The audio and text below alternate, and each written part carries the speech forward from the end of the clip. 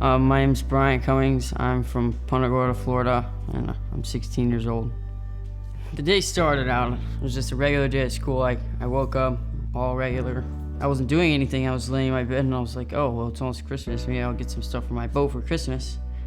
Yeah, so I went over there and I was like, because we were gonna work on the tower that weekend, like after Christmas. But I was like, oh, I can just go start and try myself. So got up, went out there, and I was trying to cut, it's like a 2x2 piece of metal, aluminum post, and I was trying to cut like a triangle in it. But instead of turning the saw, like you can turn the saw to where it cuts 90 and then 90, I just turned the piece of metal and I brought it down like too fast. So it bit and it just sucked my hand through and it cut it on an angle. My stepdad's out at the fire station. He's a paramedic. He was at the station where they got the call from. So we left, we met the ambulance in the parking lot, and then the helicopter came and landed in the field. We forgot the hand at the house because we were freaking out. So like the hand was still laying in the backyard. Ran to the house, found the hand, and he like passed out on there, and I got flown to Tampa General with my hand, thankfully. We got to the hospital out of the helicopter, and I walked in, there was like 100 people.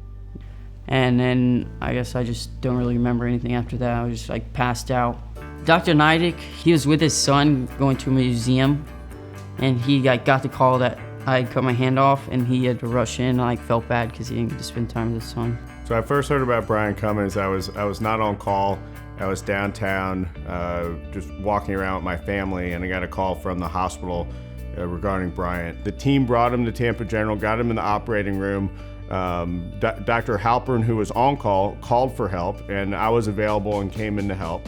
The USF ortho residents were there. They were able to help. So it's a team approach. The OR nurses, anesthesiologists, everybody. They did so good on the surgery that I was like twitching it like out of the surgery. Like I was like just woke up and my dad was like, well, can you move your hand?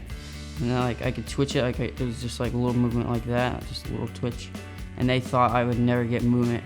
So this operation for Briant was a hand replantation where we're able to connect all the parts in his hand, including blood vessels, tendons, bone, and nerves.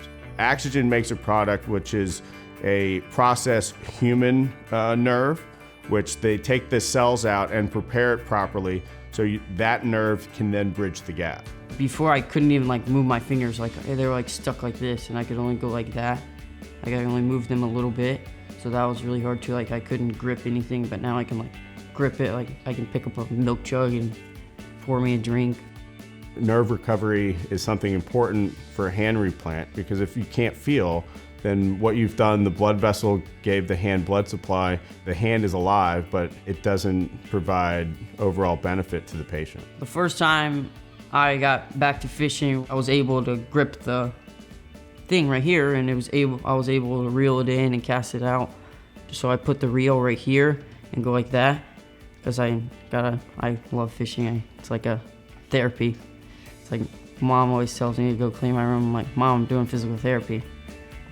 And then I just started fishing from then on, like again, really hard like I used to.